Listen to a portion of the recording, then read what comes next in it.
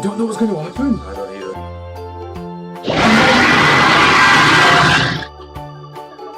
MEOS. Don't even tell me. On cryptocurrency, he has his own cryptocurrency gang bucks. Those are not for sale. I'm gonna keep on holding on to those. Those are not for sale. Those are not for sale. Keep on holding. Those are not for sale. What? That's it. Our dad. Oh my god, this show. Everyone who looks like my dad has to die.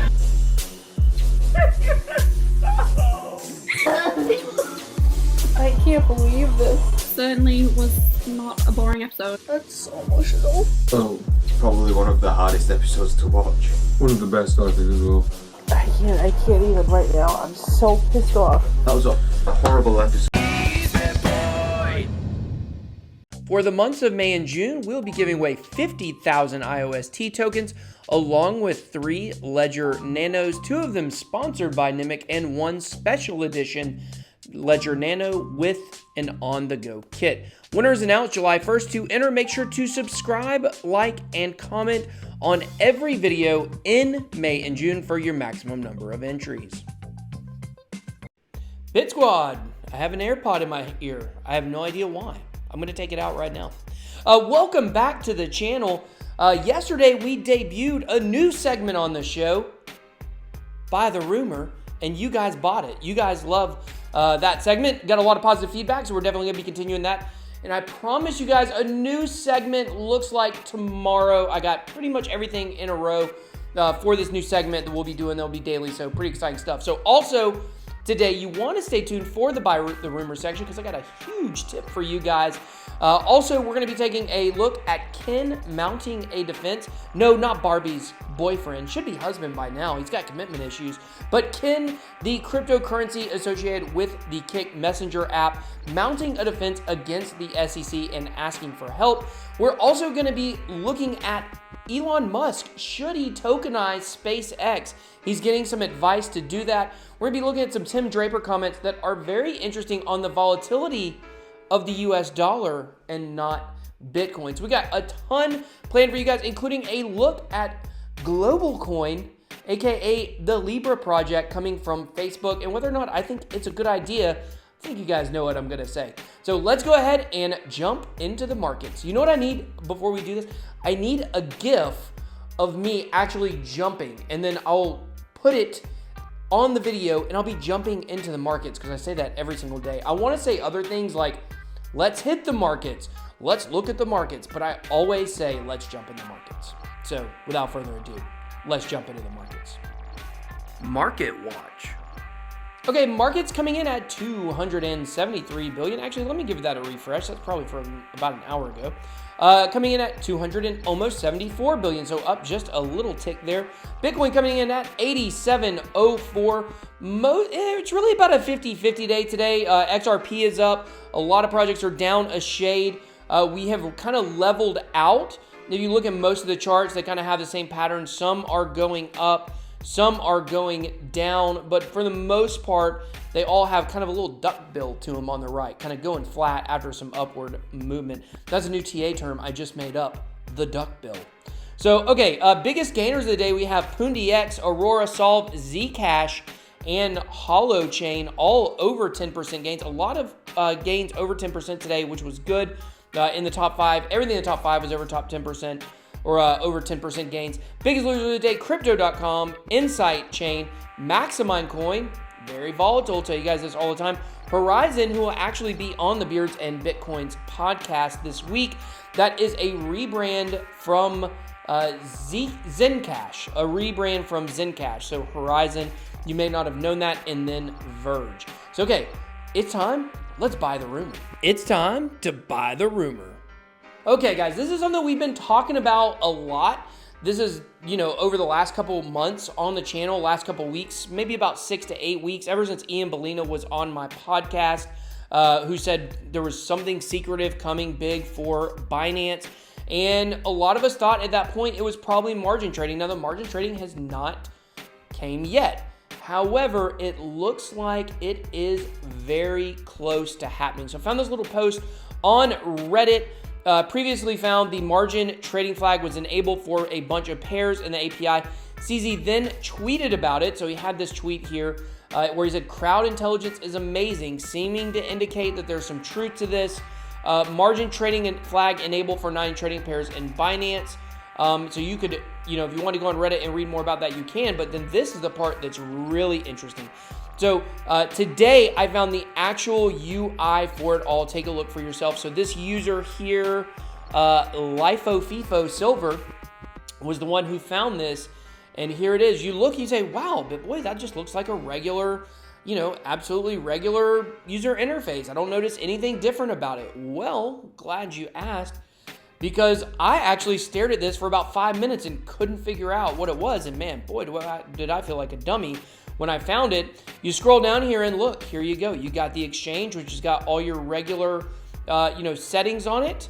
And then you click margin and you can do the margin trading here. So I don't know if it will actually look different, the actual user interface here, but we at least have a user interface beta with the tab. So as you see here, it looks like nothing changes when I click that, but there is a tab for margin trading. So this is coming. Now, once again, what is this segment? Buy the rumor. Well, this is something where we talk about coins that have some upcoming possible big news, some rumors people are hearing about these coins and how it could affect the price. And if you don't think the margin trading coming to Binance will jack that BNB price up, then I got some oceanfront property in Iowa to sell you. Not even Arizona, in Iowa to sell you.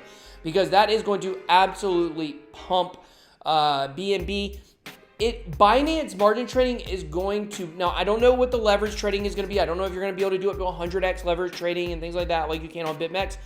But in my opinion, I think this will absolutely blow BitMEX out of the water just because of how many more users that Binance has. So this is going to be absolutely big news.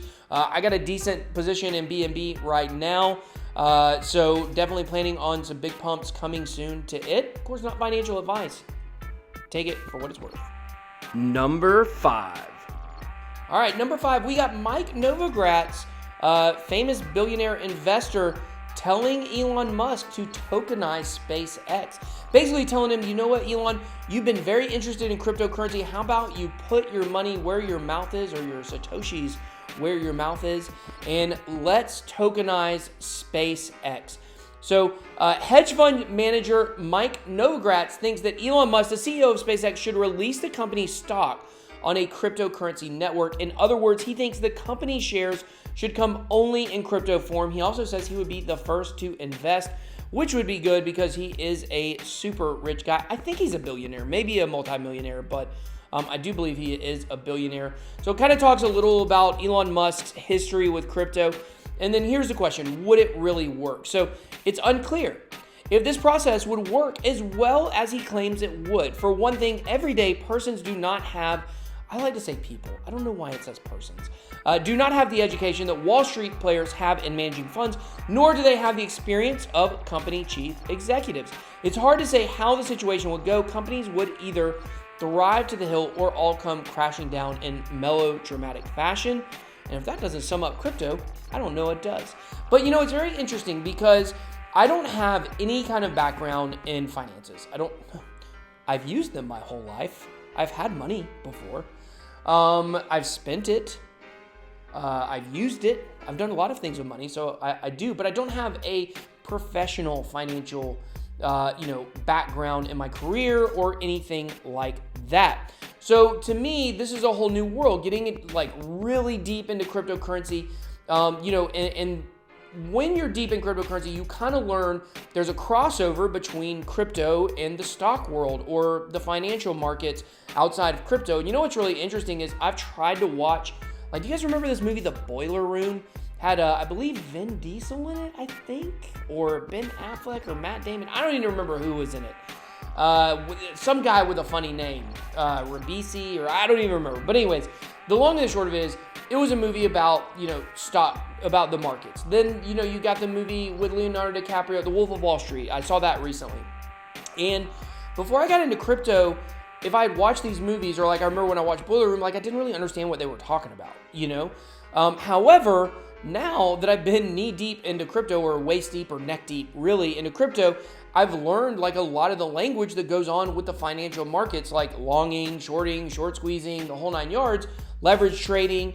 And now I start watching the show Billions. It's very interesting because now I understand everything they're talking about. So the whole point on what I'm trying to say here is that, yes, the average person that wants to get involved in crypto does not have the same kind of level of knowledge that your average stock trader does or stock broker has. And that's basically the point that this article is making here. So it says, you know, the normal people do not have the education that Wall Street players have in managing funds, nor do they have the experience of company chief executives. And so what this is saying here is that they're not sure how this would go, because the people investing in SpaceX would not be professional investors. They would be really everyday people if it were tokenized. So I don't know. I don't know how that would impact the price. I don't know how it would impact the company, but it's definitely an interesting idea, and it's something I think that Elon Musk should actually consider. You know, maybe if we go on another huge run over the next year, maybe he will heavily consider tokenizing it. And I think it would be really cool. It'd be really cool to see. Anytime you have somebody big like Elon Musk getting a little deeper into crypto, it would be interesting. Of course, this would be going, you know, full hilt, you know, into it. So we'll just have to see if this happens. But, you know, definitely some interesting perspectives from Mike Novogratz talking about this. And then this article kind of made some good points as well. Number 4. The fix is in. In a story that surprises absolutely no one, 5 major investment banks fixed Forex markets in secret chat rooms, threatened members. So here's what I find absolutely hilarious about this article.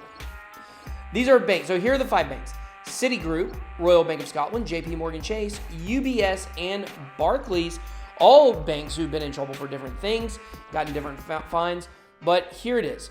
A major class action lawsuit has been put forward by Maurice Blackburn lawyers in Australia's federal court against 5 leading global banks. Now, I highlighted that because I made a mistake. I meant to highlight the sentence before, because this is the funny part.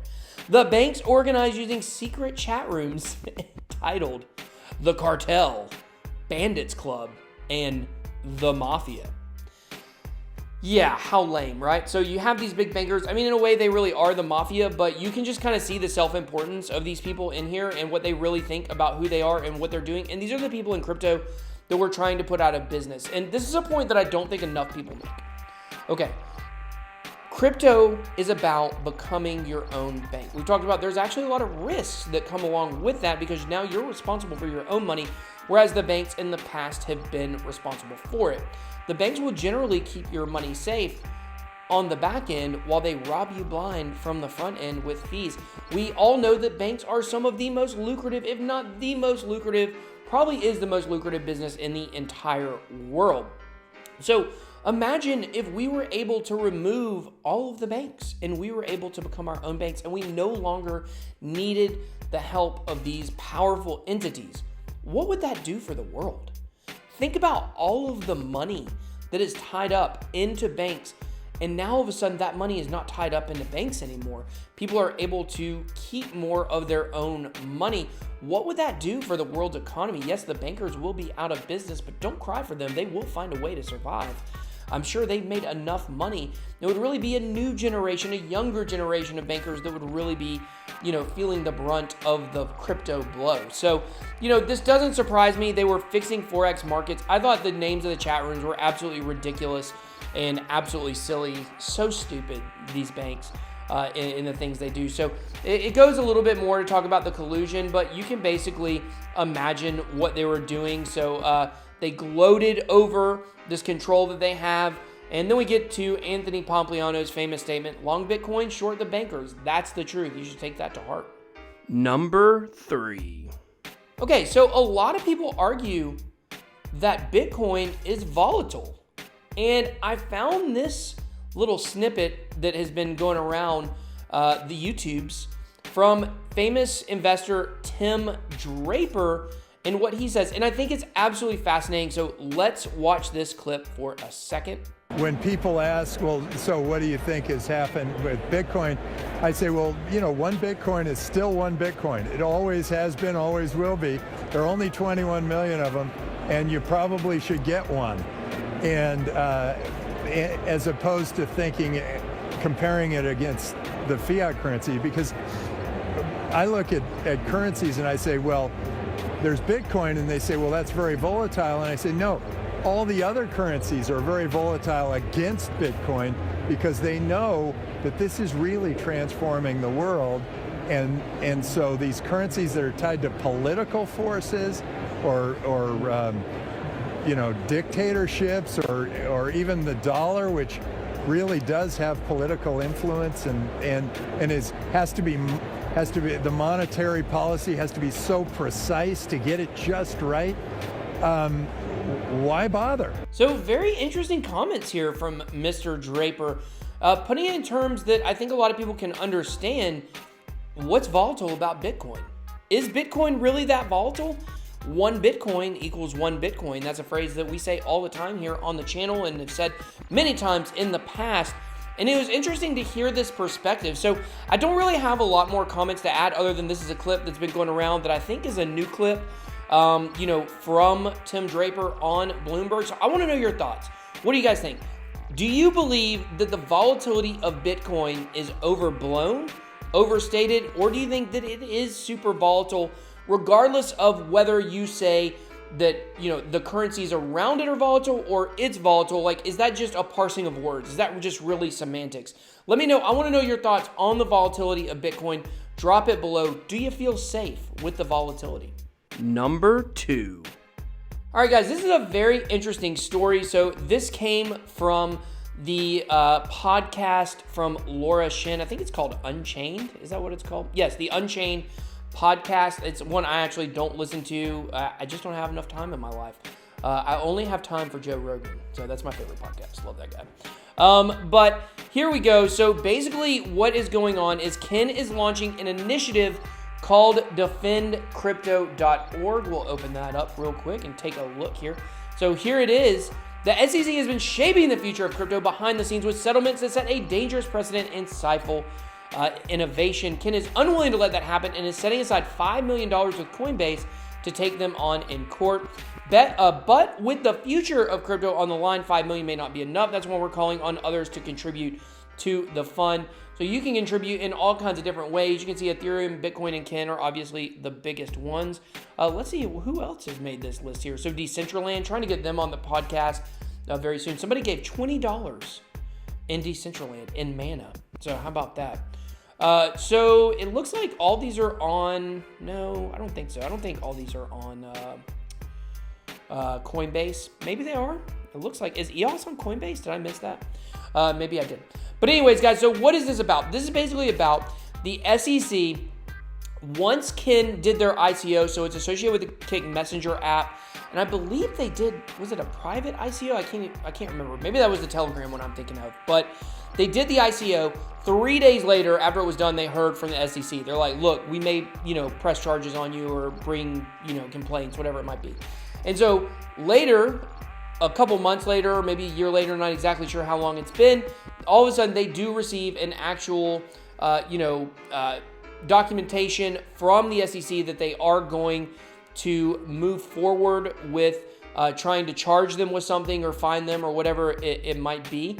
And, very interesting though, Ken is talking about fighting back. They've obviously have this fund. Another thing is conceding a court battle will take years. They also say that other pushes for regulatory clarity, such as the Token Taxonomy Act, which would create a new class for digital tokens that would not be considered securities, would also take a while to get passed. So if you really read in between the lines what's going on here, is Ken is basically telling the SEC, we are going to fight you. Now, this doesn't happen very often. Most of the time, people work on a deal, they settle, they move on. That's the easiest thing on your pocketbook. But what's Ken saying, and I believe when they're trying to raise this money, is they're saying this, look, what we're going to try to do is we're going to try to fight you. We're going to try to keep you tied up so long with power or with money and resources and time that eventually regulation is going to get straightened out and then you're going to be fighting a moot battle. So very interesting stuff from Ken. I like it. I like the Go At 'em initiative. Not SEC that I would go after you, but I'm a good boy. But, in all seriousness, though, I do think it's pretty cool, what they're doing. They also bring up the point that innovation is leaving the United States. It's something we saw in South Korea with the South Korean ban. All of a sudden, all their blockchain companies started moving, and they realized they need that in their economy, so they let them back in. And I think we'll see the same thing in the United States. So this is definitely a story that, to keep watching. I'm sure this will not be the last time we report on this. Hold up. It's time for an IOST break. It's always good when a cryptocurrency that you support, as everybody knows, I'm the #1 cheerleader of IOST, not wearing a skirt, of course, but IOST times Institute of Blockchain. It's good when the crypto you support is not only about, building something, but they're doing something positive in the space. And so this is one of these stories. So if you don't know what the Institute of Blockchain is basically an accredited school in Singapore training people for blockchain. We know that blockchain education is something that is severely lacking in the world. That's why I brought up the point several times. We don't have any experts in crypto. There really aren't any. It's basically your innovators are the people that are kind of flying by the seat of their pants, always on the cutting edge of the technology, whether it be Vitalik Buterin or Charles Hoskinson or people like that. You have people that are, kind of thought leaders. You have Andreas Antonopoulos, a few others. But, it's hard to have experts because the education is just not there to train people formally.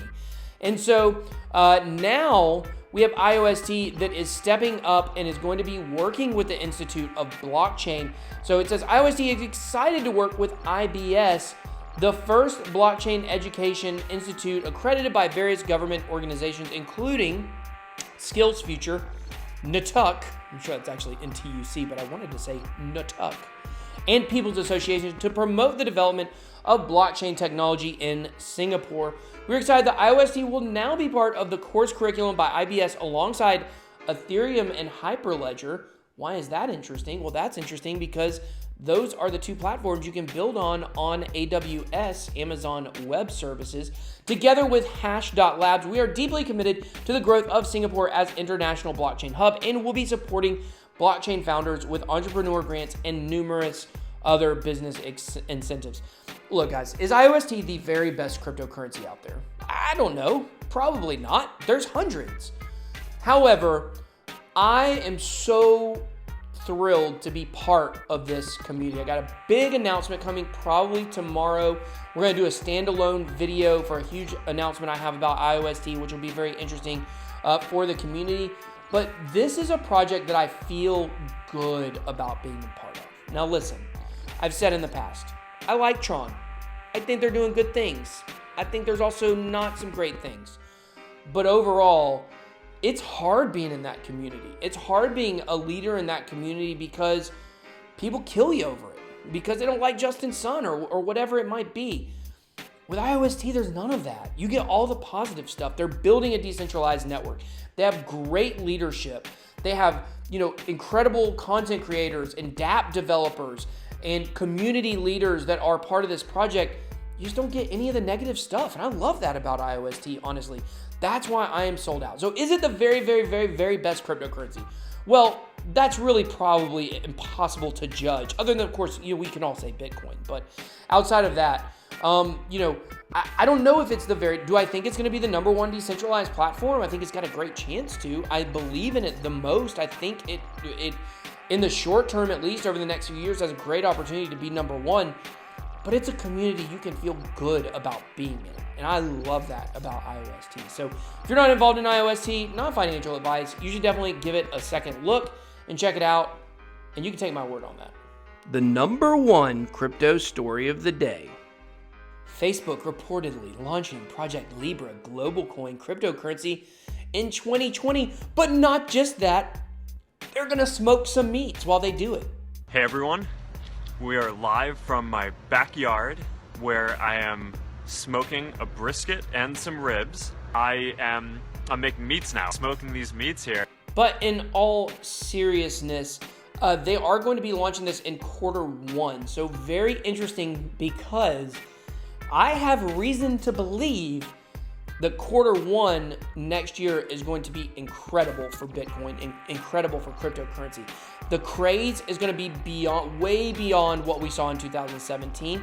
And I've said for a long time, I think, or at least not for a long time, I said for the last couple weeks, I'm now starting to believe we may be at all-time highs by the end of the year. The craze will be hitting hard and heavy, and right in the middle of that, Facebook is going to launch their own coin. So news follows from information that Mark Zuckerberg had met with the Bank of England's governor, Mark Carney, in April to discuss the risk involved with launching a cryptocurrency. Now, it's very interesting because the mission of global coin seems to line up with the mission of crypto. Users of Facebook's global coin cryptocurrency will not require a bank account, allowing people to exchange multi-currencies into digital coins via banks and brokers, which enable Facebook's new network. The soon-coming currency will run with blockchain technology, information which is stored across a network of computers, thank you for that explanation, and will be held online in digital wallets that were designed to increase security and anonymity for users. Sounds awesome. But remember, it's Facebook we're talking about. So this will ultimately be a huge disaster. Facebook itself is a huge disaster. It makes a ton of money. You can't argue that. But I don't know anyone who's under the age of 40 that feels like being on Facebook is a good thing. Like either they spend too much time on it, or more importantly, their privacy has been absolutely compromised and you get none of the rewards, none of the benefits, only the consequences that come from your information being, put out there to whether it's hackers or, public companies for advertising, whatever it may be.